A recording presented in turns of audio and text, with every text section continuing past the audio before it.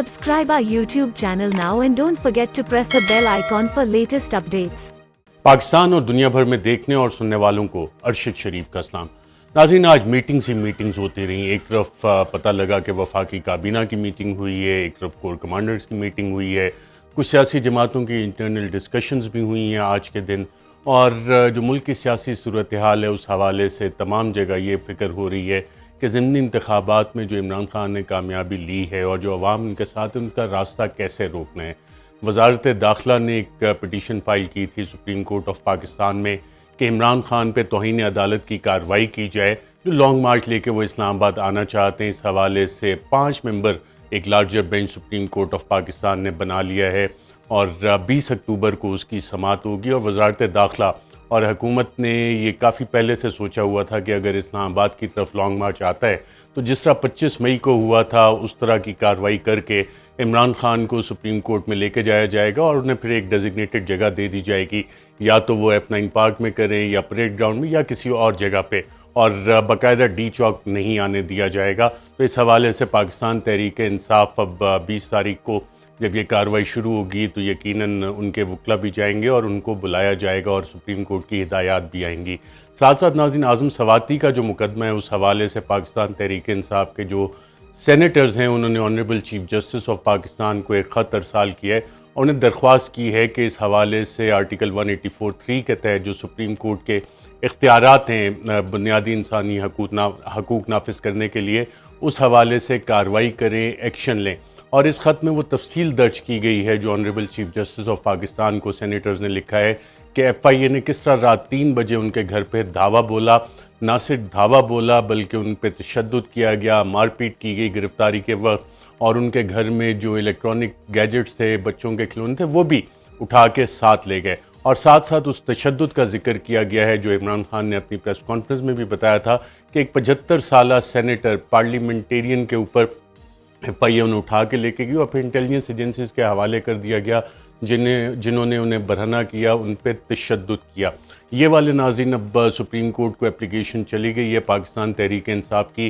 तो देखना ये है कि सुप्रीम कोर्ट ऑफ पाकिस्तान के honourable chief justice Umar Ata Bandial इस पर कार्रवाई करते हैं नहीं करते, क्योंकि बुनियादी इंसानी हकूक़ का दिफा तमाम आला अदालतों की बुनियादी ज़िम्मेदारी है और तशद्दुद एक संगीन जुर्म है। ये वॉर क्राइम्स में भी आता है और वैसे भी एक संगीन जुर्म है जिसमें पाकिस्तान पीनल कोड में भी इसकी सज़ाएँ हैं।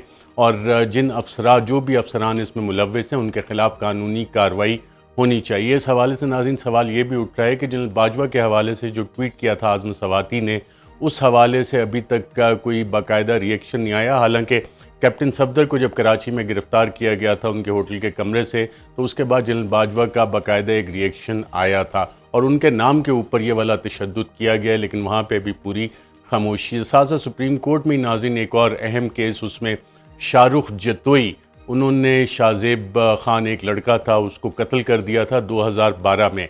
आज सुप्रीम कोर्ट ऑफ पाकिस्तान ने उसे बाइज़्ज़त बरी कर दिया।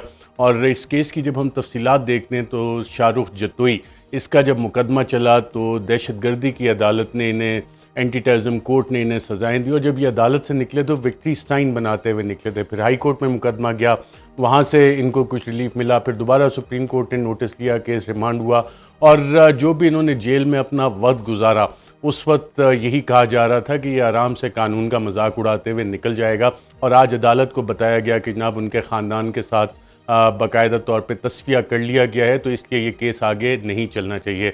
लेकिन किसी ने ये नहीं पूछा कि उनके वालिद जो हैं वो किधर हैं, उनके वालिद क्या ज़िंदा हैं, क्या उन्होंने वाकई माफ़ कर दिया शाहरुख जतोई को, क्योंकि इस हवाले से इतलात तो बहुत सारी आई कि फ़ैमिली में तस्फिया हो गया, लेकिन उनके वालिद अभी तक पाकिस्तान में माशाल्लाह इतने सारे टीवी चैनल्स हैं, हज़ारों रिपोर्टर्स हैं, किसी ने उनके वालिद को ढूंढा, कहानियाँ बनाई गई, लेकिन इतलात यही हैं कि शायद वो अपना दिमागी तवाज़ुन खो चुके थे और उनकी भी वफ़ात हो गई। तो तस्फिया फिर ये किसने किया, जो खून बहा की रकम है वो किसने वसूल की, अगर ये रकम दी गई है या कि अदालत के सामने जो चीज़ें रखी गई उसमें भी कुछ कार्रवाई डाली गई है।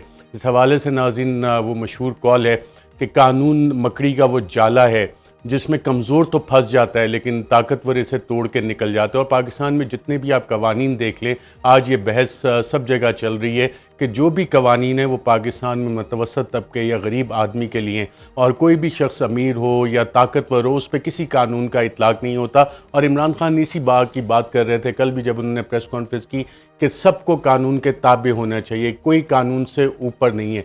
और हमने तो यहाँ पे ये भी देखा कि शहबाज शरीफ जिस दिन वज़ीर आज़म बने उन पर फ़र्द जुर्म आयद होनी थी, फिर ये हुकूमत आई और इस हुकूमत ने आके नैब कवानीन ही तब्दील कर दिए, तो वो कवानीन एहतसाब के तब्दील कर दिए और फिर अदालत से बाइज़्ज़त बरी हो गए। उस केस में FIA प्रोसिक्यूटर्स ने, जिसमें कि उन्हीं के एक डायरेक्टर मोहम्मद रिजवान जिन्होंने बहुत मेहनत की थी, काम किया था, उन्हें धमकियाँ थी, दबाव था उनके ऊपर, और डॉक्टर रिजवान शहीद की सारी मेहनत पे इन्होंने पानी फेर दिया। लेकिन क्योंकि ताकतवर लोग थे, पैसा था उनके पास, तो कवानीन ही चेंज कर लिए, प्रोसिक्यूटर्स ही ऐसे खड़े किए गए कि अदालत उस हवाले से कुछ नहीं कर सकती थी। दूसरी तरफ नाज़रीन, मुत्तहिदा कौमी मूवमेंट उनमें काफ़ी परेशानी पाई जा रही है। जो कराची के इंतखाबात के ज़िमनी इंतखाबात का नताइज सामने आए हैं, उस हवाले से भी आज इस्लामाबाद में मुलाकातें होती रहीं और लेटेस्ट इतलात ये है कि कम अज़ कम 2 मज़ीद वजारतें मुत्तहिदा कौमी मूवमेंट ने इस हुकूमत से मांग ली हैं। ये वो हुकूमत है नाज़रीन जो 75 मेंबरान पे मुश्तमिल है, और इसमें से बहुत से ऐसे वुज़रा हैं या मुशीर हैं जिनके पास बाकायदा तौर पे कोई महकमा ही नहीं है। लेकिन ज़िमनी इंतखाबात के नताइज के बाद सबको खुश किया जा रहा है, और इकनॉमिक कोऑर्डिनेशन कमेटी ने 17 अरब रुपए के तरक्याती मनसूबे फ़ंड्स पार्लियामेंटेरियंस के लिए जो कि हुक्मरान इत्तेहाद में हैं वो भी मंजूर कर लिए। एक ऐसे वक्त में जब कहा जा रहा है और इंटरनेशनली बैनुल-अक़वामी तौर पर सब जगह से ये इतलात आ रही हैं, ख़बरें आ रही हैं कि पाकिस्तान खुदा न खास्ता कहीं दिवालिया होने जा रहा है। पिछले 6 माह में इस हुकूमत ने जो भी कारकर्दगी दिखाई है उससे दिन ब दिन मुश्किलात ही पाकिस्तानियों की बढ़ती जा रही है। इसी केस के हवाले से नाज़रीन जो आज की डेवलपमेंट्स हैं उसमें यह खबर भी सामने आई कि उस्मान मिर्ज़ा उसने भी उस जोड़े के साथ तस्फिया कर लिया है जिनको इन्होंने वीडियोस बनाई थी, उन पे तशद्दुद किया था और उसके बाद सोशल मीडिया पे सर्कुलेट की थी। और इस केस में भी गालिबन इतलात यही हैं कि पैसे दे के सुलह सफाई कर ली गई है और ये केस आगे अब मज़ीद नहीं चलेगा। इस केस पे भी पाकिस्तान में काफ़ी आवाज़ उठी थी, लोगों का गम और गुस्सा था। लेकिन जो चीज़ नाज़रीन इन सारी चीज़ों से एक साबित होती जा रही है कि पाकिस्तान में अगर आप ताकतवर हैं, अगर आपके पास पैसा है, तो फिर कानून भी आपका कुछ नहीं बिगाड़ सकता। आप कत्ल करके भी आप बरी हो जाते हैं। आप अरबों रुपए की चोरी करें, डाके डालें, आप कवानीन ऐसे बना लेते हैं, प्रोसिक्यूटर्स ख़रीद लेते हैं, आप बरी हो जाते हैं। आप कोई बड़े से बड़ा संगीन जुर्म कर लें, अगर आपके पास ताकत है या पैसा है तो कानून आपका कुछ नहीं बिगाड़ सकता। हाँ, कानून के शिकंजे में कौन आता है? वो सिर्फ वो गरीब आदमी शिकंजे में आता है जिसके पास ना ताकत है ना पैसा है। और ये वो हालात हैं जिस वजह से आज पाकिस्तान में हम एक इंतशार देख रहे हैं। हर जगह पे एक कैफियत है इंतशार की, वो इसी वजह से है कि लोग कह रहे हैं कि किस किस्म का कानून है, क्या हमने पाकिस्तान इसीलिए बनाया था? पाकिस्तान में तो सबके लिए एक कानून होना चाहिए। क्या कायद-ए-आज़म ने जो ख्वाब देखा था एक पाकिस्तान का, वो ख्वाब पूरा हो सकता है, शर्मिंदा ताबीर हो सकता है जब इस तरह की चीज़ें हों? जो ताकतवर लोग हैं उन्होंने कवानीन ही इस तरह के बनाए हैं जो सिर्फ उन्हीं का फ़ायदा देते हैं, और कोई आम आदमी अगर सवाल करे या बात भी करे, या इवन पार्लियामेंटेरियन आदम सवाती का आप केस देख लें, वो भी उनको तशद्दुद का निशाना बनाया जाता है। ये पूरा निज़ाम उनके पीछे सिर्फ बात करने की वजह से उनके पीछे पड़ जाते हैं। लेकिन अरबों की चोरी हो जाए, डकैती हो जाए, खुलेआम पहले NRO 1 दिया गया, अब NRO 2 आ गया। कत्ल आपने शाहरुख जतोई का केस देखा, वहाँ भी आप बच के निकल जाते हैं। उस्मान मिर्ज़ा का केस, इस तरह के बेतहाशा मिसालें, और जो पिस रहा है वो सिर्फ एक आम आदमी पिस रहा है। आखिर ऐसा कब तक चलेगा? कि मेरा ख्याल सबके लिए एक सोचने की बात है, क्योंकि जो कुछ हालात पाकिस्तान में बन गए और ख़ास तौर पे जो माशी हालात, इसहाक डार कहते हैं कि 4 दिन में तकरीबन 58 मुलाकातें IMF के वफ़द के साथ हुई हैं। 58 मुलाकातें 4 दिन में। तो पाकिस्तान के साथ जो कुछ पिछले 6 महीने में हुआ, बहुत से लोग सवाल उठा रहे हैं कि ये वही इकनॉमिक हिटमैन वाली कार्रवाई तो नहीं है जहाँ पाकिस्तान को मुआशी तौर पे उस जगह पे लेके आया जाए जहाँ पाकिस्तान की सिक्योरिटी खुदा न खास्ता कंप्रोमाइज़ हो जाए। और पाकिस्तान तहरीक इंसाफ के सरबराह इमरान खान ने भी यही बात की थी। दूसरी बात नाज़रीन, एक और चलते चलते आपको बता दें कि इतलात आई हैं कि इस्टेब्लिशमेंट ने एक दफ़ा फिर कहा है कि हम न्यूट्रल हैं।